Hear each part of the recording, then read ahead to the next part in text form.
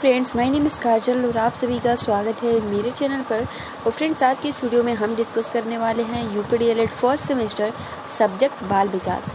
Friends, आप सभी को बता दें कि इस क्लास की जो टाइमिंग होती है वो सुबह की 11 बजे होती है और रिवीजन के लिए बहुत ही बेस्ट क्लासेस होने वाले हैं। तो चलिए फ्रेंड्स, शुरू करते हैं वीडियो को। अभी तक आपने लाइक नहीं किया है तो प्लीज़ गाइज लाइक कर सकते हो और अपने फ्रेंड्स मित्रों को भी शेयर आप कर सकते हो। तो चलिए शुरू करते हैं। इसके पहले हमने पार्ट 1 और पार्ट 2 अति लघु उत्तरीय प्रश्न डिस्कस कर लिए।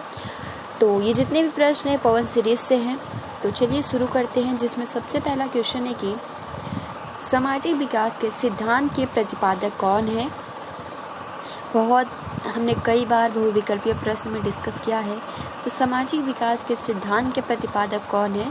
तो सामाजिक विकास के सिद्धांत के जो प्रतिपादक है वो व्योगाश्की है। देखिए यहाँ नाम थोड़ा व्योगाश्की रख दिया, बट कोई नहीं, आप याद कर सकते हो व्योगाश्की।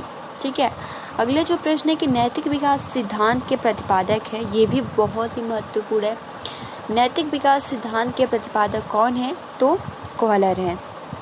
अगला प्रश्न है कि थॉर्नडाइक ने बुद्धि के कितने प्रकार बताए हैं। तो थॉर्नडाइक ने बुद्धि के कितने 3 टाइप बताए हैं। ठीक है। अगला जो आपका प्रश्न है कि समूह कारक सिद्धांत के प्रतिपादक कौन है।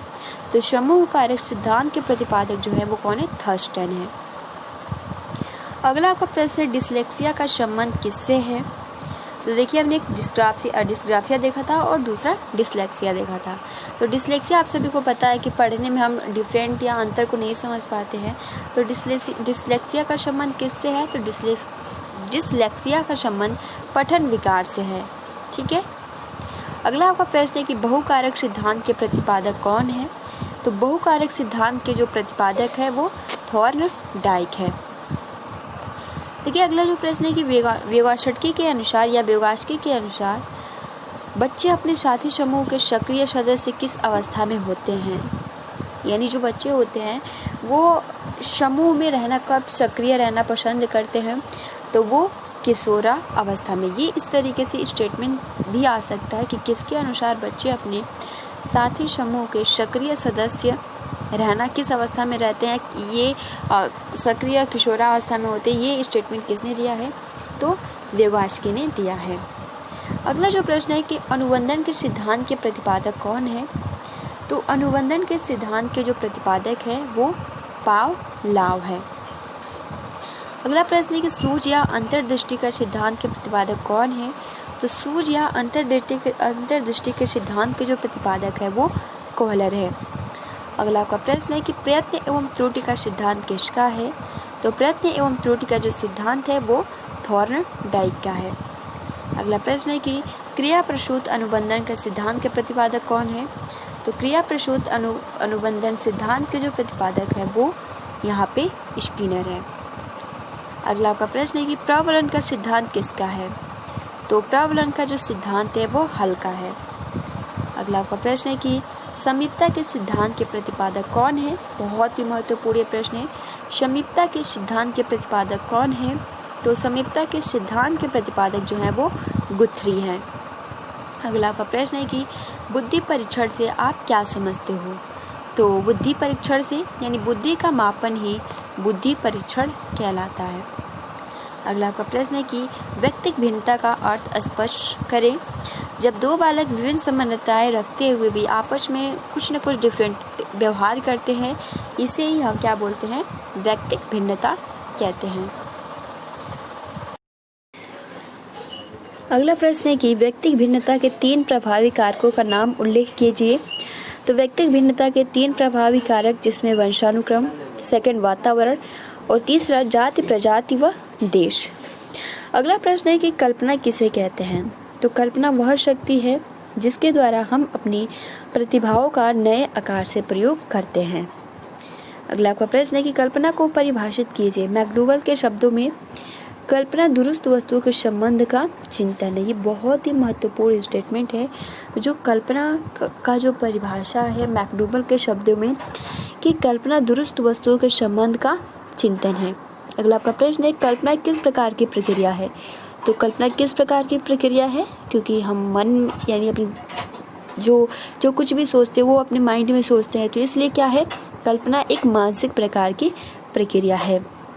अगला आपका प्रश्न है कि कल्पना के प्रमुख प्रकार बताइए। तो कल्पना के प्रमुख प्रकार जिसमें सृजनात्मक कल्पना, आधानात्मक कल्पना, कार्यसाधक कल्पना और रसात्मक कल्पना। तो ये कल्पना के प्रमुख प्रकार है जो कि बहुत ही महत्वपूर्ण है। सृजनात्मक कल्पना, आधानात्मक कल्पना, कार्यसाधक कल्पना और रसात्मक कल्पना। अगला प्रश्न है कि चिंतन किस प्रकार की प्रक्रिया है। तो चिंतन एक उच्च ज्ञानात्मक प्रक्रिया, यह भी बहुत ही महत्वपूर्ण है। चिंतन किस प्रकार की प्रक्रिया है। तो चिंतन एक उच्च ज्ञानात्मक प्रक्रिया है। चिंतन को परिभाषित कीजिए। तो गैरेट के अनुसार चिंतन एक प्रकार का अव्यक्त एवं रहस्यपूर्ण व्यवहार होता है जिसमें सामान्य रूपों से प्रतीकों, विचारों, प्रत्ययों का प्रयोग होता है। तो चिंतन का ये जो परिभाषा है गैरेट के अनुसार बहुत ही महत्वपूर्ण है। चिंतन एक प्रकार का अव्यक्त एवं रहस्यपूर्ण व्यवहार होता है जिसमें सामान्य रूप से प्रतीकों का प्रयोग होता है। अगला प्रश्न है कि चिंतन के प्रकारों का नाम उल्लेख कीजिए। तो चिंतन के प्रकार कौन कौन से हैं, आइए फ्रेंड इसके बारे में जानते हैं। तो पहला तो होता है प्रत्याशात्मक चिंतन, यहाँ पे कल्पना नहीं रहेगा, चिंतन रहेगा, ठीक है। फिर कल्पनात्मक चिंतन, फिर प्रत्यात्मक चिंतन एंड तार्किक चिंतन। ये क्या है, चिंतन के प्रमुख प्रकार हैं। अगला जो आपका है कि तर्क के प्रकार कौन कौन से हैं। तो तर्क के जो प्रकार होते हैं, एक होता है आगमन तर्क और दूसरा होता है निगमन तर्क। अगला आपका प्रश्न है कि निगमन तर्क से आप क्या समझते हो। तो इस तर्क में व्यक्ति दूसरों के अनुभवों, विश्वासों या सिद्धांतों का प्रयोग करके सत्य का परीक्षण करता है, उसे हम निगमन तर्क कहते हैं। अगला प्रश्न है कि तर्क विकास की विधियां बताइए। तो तर्क विकास की विधियां कौन कौन सी है। तो देखिए, दृढ़ निश्चय, स्वाभाविकता का विकास, क्रमागत ज्ञान और सोच शक्ति का प्रयोग। तो ये क्या है, तर्क विकास की विधियां हैं। अगला जो आपका प्रश्न है कि यहाँ पे वंशानुक्रम का क्या अर्थ है। बहुत ही महत्वपूर्ण ये प्रश्न है, वंशानुक्रम का क्या अर्थ है। तो वंशानुक्रम माता पिता से संतान को प्राप्त होने वाले गुणों का नाम है, ठीक है। अगला आपका प्रश्न है कि वंशानुक्रम के सिद्धांत और नियम बताइए। यानी वंशानुक्रम के सिद्धांत और नियम क्या क्या हैं। तो वंशानुक्रम पहला बीज कोष के निरंतरता का नियम, सेकंड समानता का नियम, विभिन्नता का नियम और प्रत्यागमन का नियम, ये वंशानुक्रम के सिद्धांत है। और फ्रेंड्स, आप सभी को अगर याद होगा तो हमने बहुत ही अच्छे से इसको डिस्कस किया था, वंशानुक्रम के प्रमुख सिद्धांत कौन कौन से हैं। तो अगर आप सिद्धांत के नाम भी याद रख लेते हो, बहुत ज़्यादा हेल्पफुल होने वाला है। तो याद रख लीजिएगा, बीज कोष की निरंतरता का नियम, समानता का नियम, विभिन्नता का नियम और प्रत्यागमन का नियम। अगला जो आपका प्रश्न है, वातावरण का अर्थ बताइए। वातावरण का क्या अर्थ है। तो वातावरण वह हर वस्तु है, ठीक है। वातावरण वह हर वस्तु है जो किसी अन्य वस्तु को घेरे हुए है, उस पर सीधे अपना प्रभाव डालती है, उसे हम क्या बोलते हैं, वातावरण कहते हैं, ठीक है। यानी किसी भी वस्तु को अगर वो चारों तरफ से घेर देती है तो वो क्या होता है, वातावरण। जैसे कि अगर आप अपने समाज में हो, ठीक है, आप अपने समाज में हो और क्या है कि आपको समाज का जो, क्योंकि हम समाज को क्या बोलते हैं, वातावरण। यानी जो समाज है वो आपको चारों तरफ से क्या है, घेरे हुए है। तो यहाँ पे सिंपल यहाँ पे यही कहा जा रहा है, वातावरण वो हर वस्तु है जो किसी अन्य वस्तु को घेरे हुए है, उस पर सीधे अपना प्रभाव डालती है, ठीक है। जिस तरीके से आपका समाज रहेगा, ठीक है, जिस तरीके लोग रहेंगे उसका इफेक्ट अवश्य पड़ता है। तो इस तरीके से वातावरण का सिंपल अर्थ आप सभी को समझ में आ गया होगा। तो ये तो अर्थ था। अब देखिए अगला जो आपका प्रश्न है कि वातावरण को परिभाषित कीजिए, यानी वातावरण का परिभाषा क्या है। तो रॉस के अनुसार वातावरण वह बाहरी शक्ति है जो हमें प्रभावित करती है, क्योंकि वातावरण के साथ हमारा इफेक्ट भी पड़ता है। तो उसी प्रकार रॉस ने अपने शब्दों में बहुत ही बेहतरीन ढंग से कहा है कि वातावरण वह बाहरी शक्ति है जो हमें क्या करती है, इफेक्ट यानी प्रभावित करती है। अगला प्रश्न है कि बालक के विकास को प्रभावित करने वाले वातावरणीय कारकों का नाम उल्लेख कीजिए। यानी बालक के विकास को प्रभावित करने वाले वातावरणीय कारकों का नाम उल्लेख कीजिए, जिसमें पहला आप देख सकते हो बालकों के लालन पालन या संरक्षण की दशाएं, दूसरा सामाजिक वातावरण एवं उसका प्रभाव, तीसरा विद्यालय की आंतरिक स्थितियों का प्रभाव एंड चौथा संचार माध्यमों का प्रभाव। तो ये क्या है, बालक के विकास को प्रभावित करने वाले वातावरणीय कारक कौन कौन से हैं। तो बहुत ही महत्वपूर्ण है बालकों के लालन पालन या संरक्षण की दशाएं, दूसरा सामाजिक वातावरण एवं उसका प्रभाव, तीसरा विद्यालय की आंतरिक स्थितियों का प्रभाव एंड चौथा जो हो जाता है संचार माध्यमों का प्रभाव। अगला आपका प्रश्न है कि बच्चों में कल्पना शक्ति का विकास कैसे कर सकते हैं। तो बच्चों में कल्पना शक्ति का विकास कर सकते हैं भाषा ज्ञान का विकास करके और कहानियाँ सुनाकर।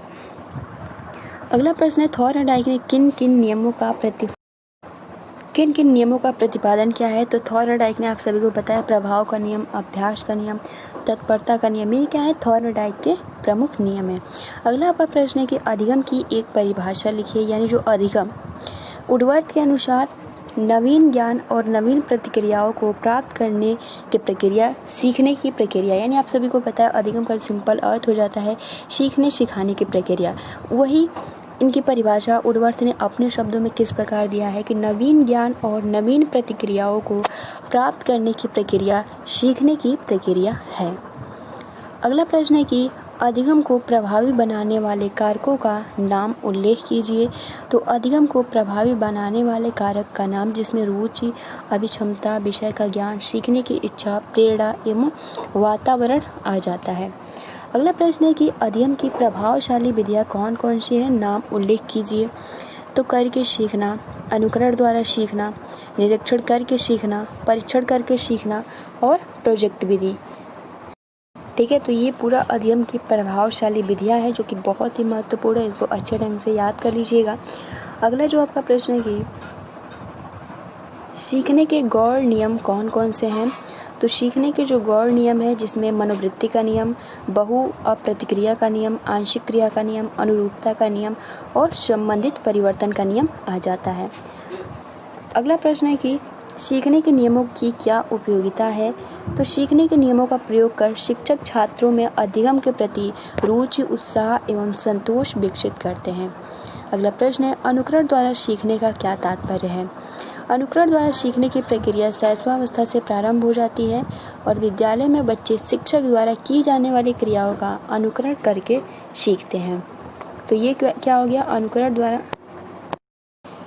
ठीक है, अनुकरण द्वारा करके सीखने का तात्पर्य हो गया जो कि बहुत ही महत्वपूर्ण है। सिंपल याद कर सकते हो, अनुकरण द्वारा सीखने की प्रक्रिया शैशवावस्था से क्या हो जाती है, स्टार्ट हो जाती है। क्योंकि आपने देखा होगा कि जिस तरीके से उसके माँ या भाई बहन जिस तरीके से बिहेवियर करते हैं उसी प्रकार से जो बच्चे होते हैं उनको देखकर उनका अनुकरण करते हैं, उसी प्रकार से नकल करते हैं। यानी विद्यालय में बच्चे शिक्षक द्वारा की जाने वाली क्रियाओं का भी अनुकरण करके कुछ ना कुछ जरूर सीखते हैं। अगला आपका प्रश्न है कि ब्रूनर के सिद्धांत की कोई एक विशेषता बताइए, यानी ब्रूनर के सिद्धांत की कोई एक विशेषता बताना है। तो यह सिद्धांत सीखने में पुनर्बलन, पुरस्कार एवं दंड पर बल देता है। बहुत ही महत्वपूर्ण ये प्रश्न है। जो ब्रूनर का सिद्धांत है, ठीक है, यह सिद्धांत सीखने पर पुनर्बलन, पुरस्कार एवं दंड पर बल देता है। अगला जो आपका प्रश्न सिद्धांत क्या है। तो सिद्धांत ज्ञान के क्षेत्र में पहुंचने का साधन है। अगला आपका प्रश्न है कि अंतर्दृष्टि का सिद्धांत क्या है। तो व्यक्ति कुछ कार्यों को करके सीखता है, ठीक है, और कुछ कार्यों को दूसरे को करते देखकर सीखता है, परंतु कुछ कार्य हम बिना बताए अपने आप ही सीख लेते हैं। इसे हम अंतर्दृष्टि का सिद्धांत कहते हैं, या इसे हम अंतर्दृष्टि या सूझ का सिद्धांत कहते हैं। यह सिद्धांत किसने दिया है, आप कमेंट्स बॉक्स में इसका आंसर बता सकते हो, ठीक है। अगले जो आपका प्रश्न है कि किस सिद्धांत को गेस्टाल्टवादी या सिद्धांत कहा जाता है। तो सूझ या अंतर्दृष्टि का जो सिद्धांत है इसे हम गेस्टाल्टवादी सिद्धांत के नाम से भी जानते हैं या इसको हम कहते हैं। अगला जो आपका प्रश्न है कि व्यवास्की ने अपने सिद्धांत में किस पर सबसे अधिक बल दिया। तो व्यवास्की ने अपने सिद्धांत पर सबसे अधिक जो बल दिया वो किस पे दिया, तो भाषा पर दिया था। अगला जो आपका प्रश्न है कि सीखने के वक्र से आप क्या समझते हो?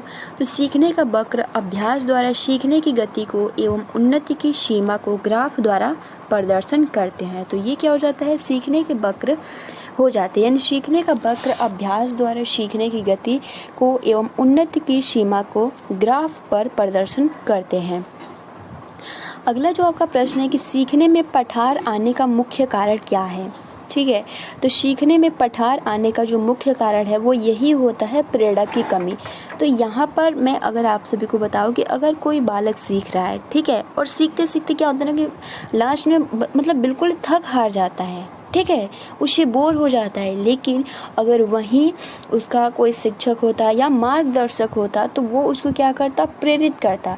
क्योंकि आप सभी को पता है ना कि इतना ज़्यादा प्रेरित करने में इतना ज़्यादा दम होता है, आप कह सकते हो इतना इफ़ेक्ट होता है उस पर कि अगर किसी बालक को अगर आप प्रेरित करते हो तो वो आगे बढ़ने की सोचता है और सीखने के लिए वो क्या करता है? तत्पर रहता है, एक्टिव रहता है, सक्रिय रहता है।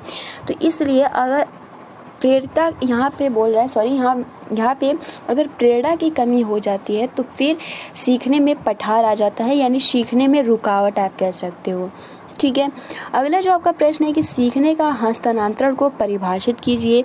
तो बीजे अंडरवुड के अनुसार वर्तमान क्रियाओं पर पूर्व अनुभव का प्रभाव ही अधिगम का हस्तांतरण है।